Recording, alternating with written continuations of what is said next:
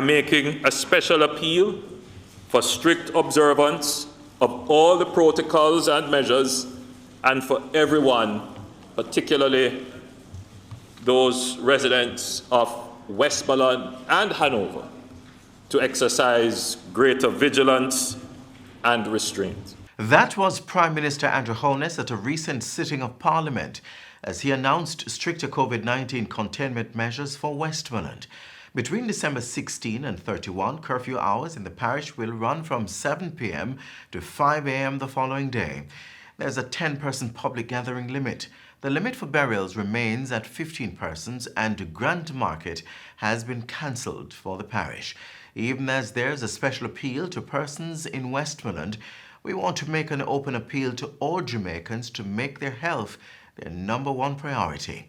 Wear a mask, wash and sanitize your hands, observe the 6 feet apart rule, and just be mindful of your surroundings, even when at home. We are all in this together. Let's all play our part, and welcome to Jamaica Magazine. We remain resilient in our fight against known and unknown threats to our country. We are never daunted. We are committed to continuously deliver effective and efficient service when we save lives and protect property. And we continue to reassure with courtesy, integrity, and respect for the rights of all. We are building forward together.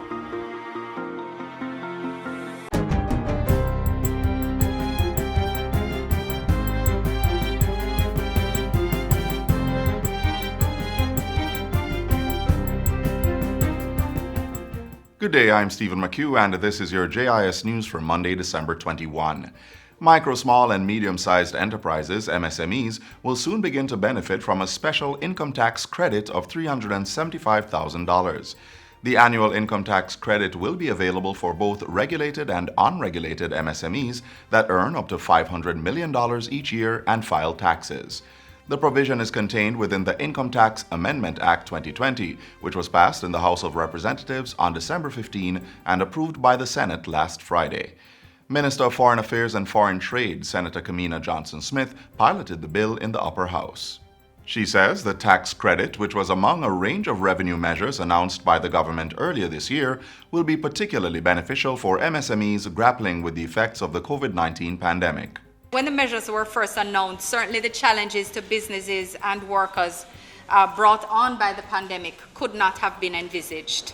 But it is our vision, our belief as a government that the measures are now needed more than ever, because we do need our businesses to remain in operation and to be able to retain employees insofar as is possible. The leader of government business in the Senate says the legislation will further stimulate investments, catalyze job creation, increase staff retention, and ensure that we continue to create a productive society. The Southern Regional Health Authority has received a newly built histopathology lab to serve the parishes of Manchester, St. Elizabeth, and Clarendon. The new lab has been constructed adjacent to the Mandeville Regional Hospital. It was completed at a cost of $83 million, with the Culture, Health, Arts, Sports and Education Chase Fund donating $52.6 million of that amount. The construction was also supported by the Lions Club of Mandeville. Today marks a significant achievement. That milestone we are really extremely proud of. The journey, which saw us staging our annual signature events, Men Who Cook, Medics in Concert, and other fundraisers, from which the proceeds went into the building fund. With this facility, medical practitioners within the region will no longer have to send samples to Kingston and Montego Bay for processing. 26 individuals have been trained as mental health first responders. The 3-week training was conducted by the Social Work Training and Research Center at the University of the West Indies in partnership with the Ministry of Health and Wellness. It forms part of a research project on community mental health. What we want to do is actually create a cadre of persons who are focused as first responders at the community level, but also later on we're going to focus on institutions. We're not just looking at mental illness as it relates to psychosis. What we're looking at is you may have a member of staff who comes in and they really feel down and you don't know how to handle it. who are the persons who are assigned as first responders that will be looking at that aspect? The pilot project was financed through the Jamaica Social Investment Fund's Poverty Reduction Program through a $3 million grant. The Child Protection and Family Services Agency, CPFSA, has received 1,500 tablet computers to support online learning of children in state care. The devices were donated by the United States Agency for International Development, USAID, in support of the Education Ministry's One Laptop or Tablet per Child initiative. During last Wednesday's handing over ceremony, the USAID also donated a 16-seat Toyota Hiace bus. Education Minister Favour Williams says the generous donation will assist in improving the outcomes for vulnerable children. She says the new Hiace bus will be handed over to the Muirton Boys Home, supporting children with mild intellectual disabilities. 39 wards of the state housed at the Mount Olivet Home for Boys in Waldeston, Manchester, were feted by the Jamaica Information Service at an annual dinner and awards and gift presentation recently. A small team from the agency made the trip to spread the joy of the season on December 12, despite the huge damper created by COVID-19 this year. This year is none like the other years. This year is just different. But we must also thank God that He has kept us throughout this year. And we are all here to celebrate with our partner. Merry Christmas, happy holidays from the GIS team. We were following what is happening with Mount Olivet. Lots of good things. We're proud of all those who did well in the exams, the recent exams, CXC, Cape. We're proud of all those who did well, all those who went through. I mean, many things are happening with the pandemic, but we're still pushing through and trying to do the best that we can. The JIS adopted the home as part of its corporate social responsibility in 2009. Since then, the agency has been making 3 trips yearly at Easter, back to school, and Christmas to provide material and other support for the growth and development of the children housed at the facility. And finally, persons making enquiries at the Registrar General's Department, RGD, now have the option to do so with a live chat online. The RGD launched its online chat feature recently as part of efforts to bolster existing avenues of communication with clients and improve the department's customer service. This online chat can be accessed through the RGD website, rgd.gov.jm, and will be operational between the hours of 8:30 a.m. to 3 p.m. Mondays to Fridays.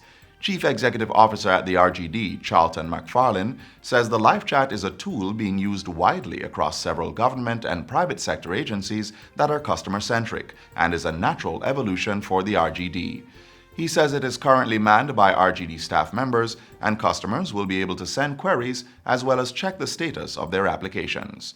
And that's it for JIS News Today. I'm Stephen McHugh. Thanks for watching.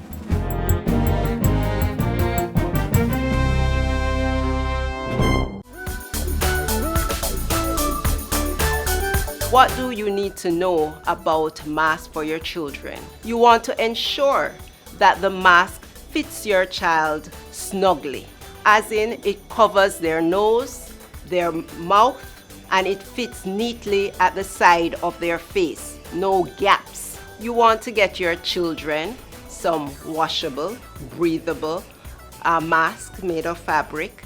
You want to ensure that they carry an extra mask with them, because once that mask gets dirty or wet, they will need to change the mask. When they get home, you want to ensure that those masks are washed and ready for the next day or the other day to come. Also, remind them that they need to wash their hands when they're putting on the mask and when they're taking off the mask. And as much as possible, they should avoid putting their hands at the center of their mask. If it is that they have to make any adjustment to their mask during the day, it's important that they either wash their hands or use their hand sanitizer.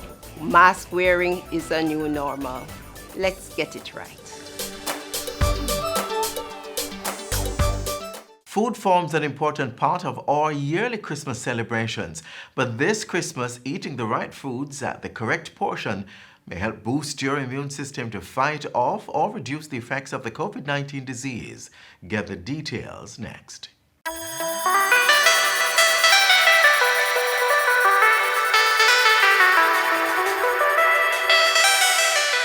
The novel coronavirus 2019, or COVID-19, is a respiratory illness that may present with a fever, dry cough, and tiredness. Persons may experience more severe symptoms such as shortness of breath and difficulty breathing. One of the best ways to fight this disease is by boosting your body's immune system. Giving yourself a healthy head start could be the difference between life and death. As we look at how we can stave off or reduce the effects of COVID-19 and other respiratory illnesses like this disease, we have compiled a list of ways to optimize the functioning of our immune system. First things first, get regular rest. Sleeping between 6 to 8 hours helps improve the body's immune function, mental health, and regulate weight while increasing productivity. Next up, exercise. Physical activity improves one's mood while increasing energy levels in the body. Managing stress is another weapon against sickness. When we are anxious, the body's disease-fighting defenses are reduced. Keep hydrated. Yes, the body doesn't function properly when it doesn't have enough fluids. You may maintain adequate water levels in your body by consuming water, fruits and vegetables with high water content, as well as soup. If you suffer from any health condition, be on top of your medication and stick to the management plan that's been decided on with your doctor. Another tip, you are what you eat. If you consume too much alcohol, sugary drinks, and processed foods, the body's defenses will lack the right micro and macronutrients to function properly. That's why it's absolutely important that we have a balanced diet. Incorporating items from all the food groups allow the body to glow, grow, and go. There are some foods, however, that are rich in vitamins and minerals which help to power up the body's natural immunity. Noted for its immune-boosting qualities, foods rich in vitamin C help the body produce white blood cells, which ward off or shorten the length of infections. Citrus fruits such as oranges, lemons, tangerines, lime, and grapefruit are rich in vitamin C. But even richer in the vitamin are cherries and red sweet pepper. Local fruits and vegetables such as Tahiti apple, guava, pineapple, papaya, June plum, soursop, cauliflower, cabbage, and Irish potato are also rich in vitamin C. As an antioxidant, vitamin E helps to prevent cell damage and regulate the function of one's immune system. Pear, peanut, olive oil, and almonds are among the foods with high vitamin E content. Foods with anti-inflammatory properties help treat respiratory illnesses, so it's best to add cinnamon, tomato, ginger, turmeric, flaxseed, strawberry, and garlic to your diet. Vitamin A is a key ingredient in the body's infection-fighting arsenal, as it helps with vision, repair, growth, and reproduction. In addition to spinach and kale, foods such as carrots, mangoes, pumpkin, sweet potato, and cantaloupe are rich in vitamin A. Another immuno-boosting vitamin can be found in milk, egg, cheese, tofu, yogurt, and fortified cereals. Vitamin D. The vitamin is also present in fish such as tin mackerel, tuna, sardine, and salmon. B vitamins are a critical part of the body's red blood cell production. They help to convert food into energy while maintaining healthy body tissues. Banana, sunflower seeds, watermelon, chicken, turkey, goat meat, liver, and red peas are rich in vitamin B. Zinc allows our body's immune cells to function properly while reducing inflammation. Foods rich in zinc include shellfish such as crab, lobster, and mussels. Zinc is also present in peas and beans, nuts, seeds, as well as dark meat including beef and pork. Practicing proper personal hygiene is also an important part of maintaining a healthy lifestyle. That includes regular hand washing and the use of hand sanitizer if water and soap is not available. Sneeze or cough into your elbow or cover with tissue that should be discarded in a bin. Avoid touching your mouth, eyes, or nose. And be sure to practice social distancing. You are your first line of defense against COVID-19. For your health's sake, start practicing good healthy habits today.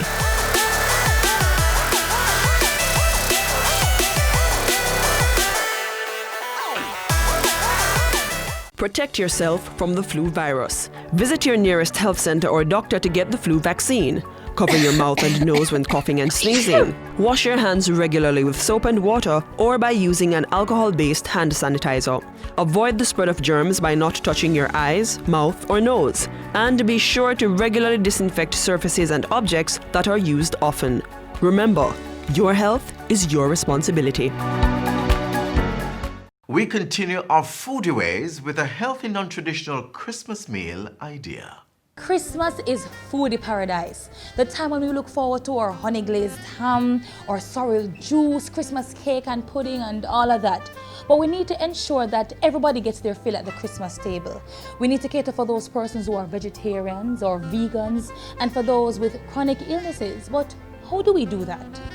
Look at the amount of salt that you're adding to your food. Look at the amount of sugar that you're adding to beverages and to meals as well. And look at the amount of fats that you're using in preparation. One of the things that I always tell persons is, you know you have a party later on, remember it's what you eat for the entire day that counts. We want you to exchange calories. Things for you to note and to put into practice. Now, I recently learned how to prepare a raw vegan meal. Thank you. And I'm going to show you some of that a little later. And then right after that, you're going to join me here and you learn how to prepare a traditional vegetarian meal. All right? See you soon.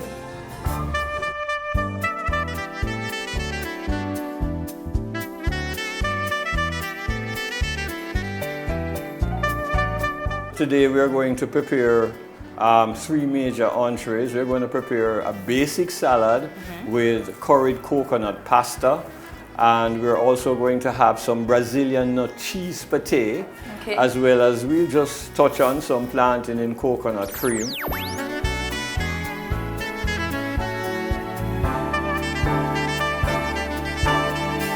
Firstly, we want to have a source of moisture. Source of moisture could be lettuce, right? Excellent base for your salad. So we have just chopped up some lettuce here. And we want to season the lettuce by just adding some scallion, chopped scallion here. So about 1.5 tablespoons of chopped scallion. And then we follow that up with some chopped sweet pepper, which adds wonderful color to the salad. So I'm adding 2.5 tablespoons of chopped sweet pepper. And then I find also when you have like a source of excitement in your salad to stimulate it, ginger works very nicely as a spice. So just sprinkling a little bit of ginger in your salad here. And then we're just gonna turn it around.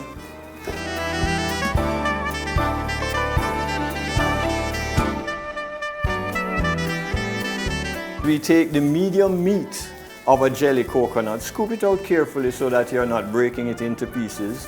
And then we just shave off the fibrous parts of the back. And then we can just take a slice and we can roll it, just like this. And then after rolling it, we want to just slice it thinly. So we start to get these pasta-like strips. To turn it into curry, what we want to do is to add a little bit of curry powder, and the amount of curry you add is based on how curried you want it to be. Then we want to add a little bit of salt to the curry. And then we want to add a little bit of pepper, 1/2 teaspoon into the mix. And then we want to add a little oil. So I'm just adding about 1.5 teaspoons of coconut oil. And then I'll just simply mix it together. And as I mix it together, notice it's beginning to look like curry. We wish you a Merry Christmas. We wish you a Merry Christmas. We wish. So what we do, we use here 3/4 cups of Brazil nuts in our food processor with an S blade. And then we simply add 2 cloves of garlic, and then we add a little bit of salt, just a pinch of salt. We're making a cheese, so you do need that salt there. Now we want to just process it to the point where it's smooth but not clumpy.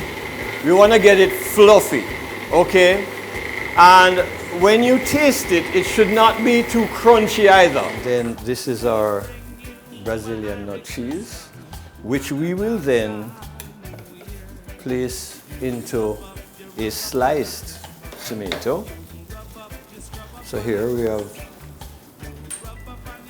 husked out the gut of 2 tomatoes, and then we'll simply now fill them with the cheese to give you a Brazilian nut cheese pate. Not even 1 cent to buy a little tart. We dance and rock it to the ice mounds. We rub it and scrub it to the ice. And then we just make some thin slices.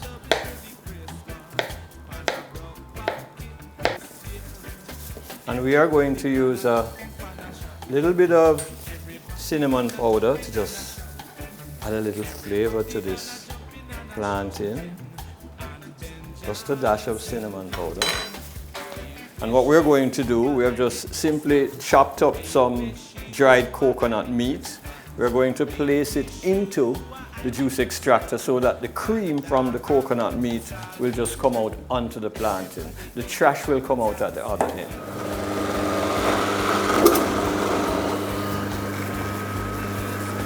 Now we want to do enough coconut so it really moisturizes the plantain.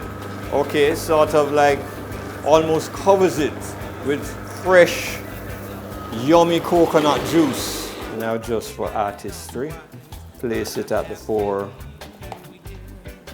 opposing points, thus completing our raw vegan salad, our main course.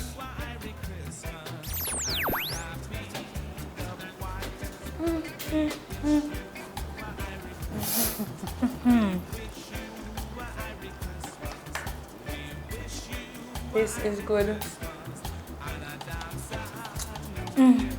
So come in here. Take your time, take your time. Wow, can't talk. Too good. So come back later.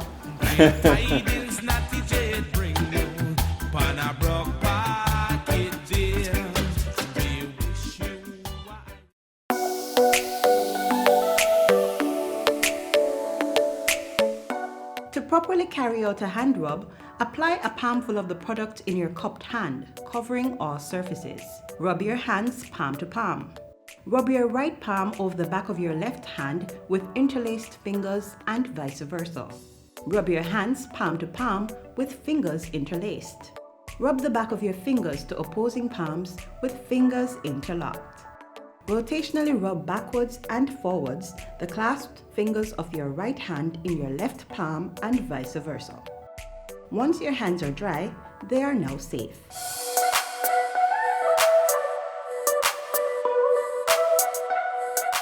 While we spend more time at home, let's keep a keen eye on our children. Limiting our household's risk to COVID-19 has increased our storage and use of certain products, which may be harmful when misused. Disinfectants such as bleach, rubbing alcohol, vinegar, and hand sanitizers, though used increasingly to protect against the novel coronavirus COVID-19, can cause poisoning. So too the misuse of medication, dish soap and laundry detergent, toilet and drain cleaners, polishes and waxes, all-purpose cleaners, insect sprays as well as shampoos and conditioners, nail polish and nail polish removers, makeup and lotions.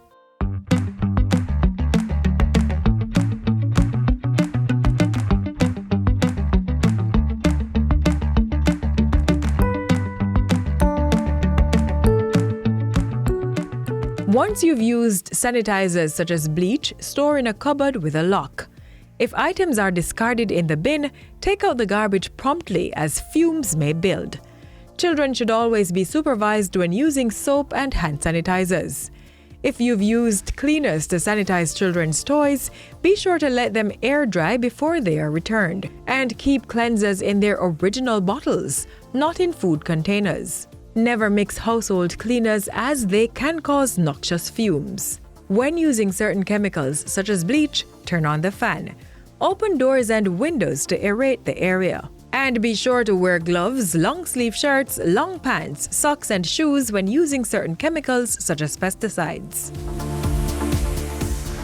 Improper use of prescription and over-the-counter medication, multivitamins and other pharmaceuticals could result in organ damage or death. It's especially important to properly store these and other potentially harmful substances away from children's reach. Store medication in a chest. Don't share prescription medication. Never take more than the recommended dose of medication. Before administering medication, properly read labels. Store medication in its original container and be sure to dispose unused and expired prescription drugs. A member of your household may be suffering from poisoning if he or she has burns or redness around the mouth and lips or along the hands and legs, smells of chemicals, has difficulty breathing, nausea, diarrhea or vomiting, is experiencing drowsiness or confusion, dizziness, blurred vision or headache, as well as rapid heart rate or low blood pressure. If you see these symptoms, call the police 119 numbers or the Caribbean Poison Information Network at 876-537-5564. When you make contact, be sure to have the age and sex of the person, the poison taken, and the symptoms the person is exhibiting. While you wait for help to arrive, here are some tips you can use. If the poison has been ingested, remove anything that's still in the victim's mouth. Don't induce vomiting or give the victim a drink or food unless told to do so by emergency responders. For eyes which have come in contact with poison, open and close eyes while rinsing with low-pressure water for at least 15 minutes. Victims of inhaled poison should be taken to get fresh air immediately. And those who've been exposed to poisoning on the skin, remove contaminated clothing and rinse skin for at least 15 minutes. We know these are trying times, and with children being at home throughout the day, their curious nature is increased and they go exploring. That's why it's important that as a family, we are extremely vigilant in ensuring our children are properly supervised and cleaners and medicine are stored out of their reach.